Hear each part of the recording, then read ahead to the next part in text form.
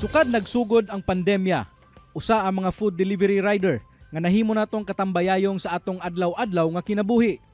Butang angay gyud pasalamatan ug taliwala sa adlaw-adlaw nilang paningkamot, makalipay sab nga masayran nga adunay uban nga naghatag gyud og extra effort aron mapamatud-an ang ilahang pagkamatinud-anon.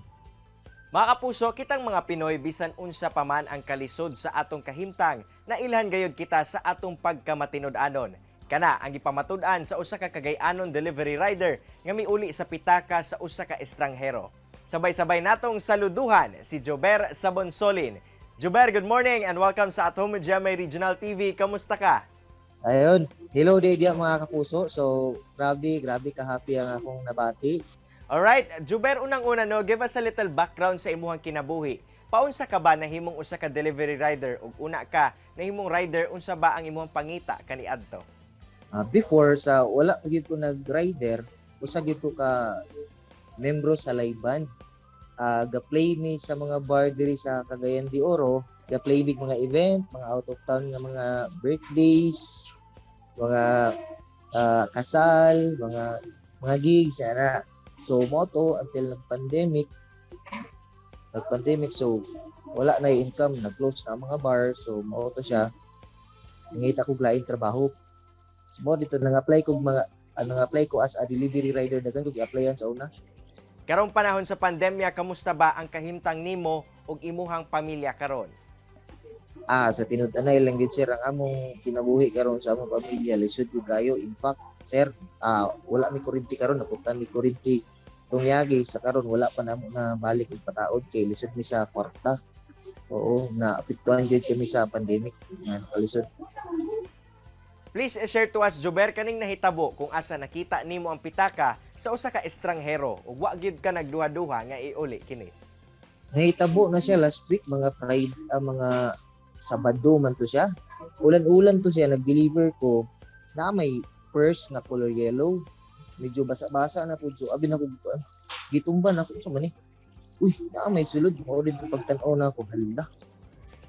Natagak niya, na ba? Wala ko kisay na yung mangita nga tao. Wala mong gini adto dito. So, may try ko adto sa usa ka radio station, which is pag adto na ko sirado po. Ang gibuhat uli na lang ko sa among balay, ipicturan na ko yung ID o ako din i-post sa Facebook. Dito dayon niya, so dagan na to, dali lang niya nakuha pagkaugman, nakuha na dayon niya yung first. Despite sa kalisod sa imong kinabuhi ron, Jober, wa ba ni sulod sa imong huna-huna nga hilabtan ang maong pitaka? Usar gyud akong gihuna-huna sir, ang kalisod sa panahon karong pandemic, dili tanan tawo na ay trabaho. So akong gihuna-huna, basit ang tagiyaan ni ginahanglan aning kwartaha.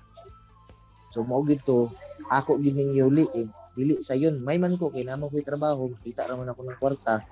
Wata kabalo sa tagiyaan ni unsay kahimtang niya, mo itong giuli dito nako.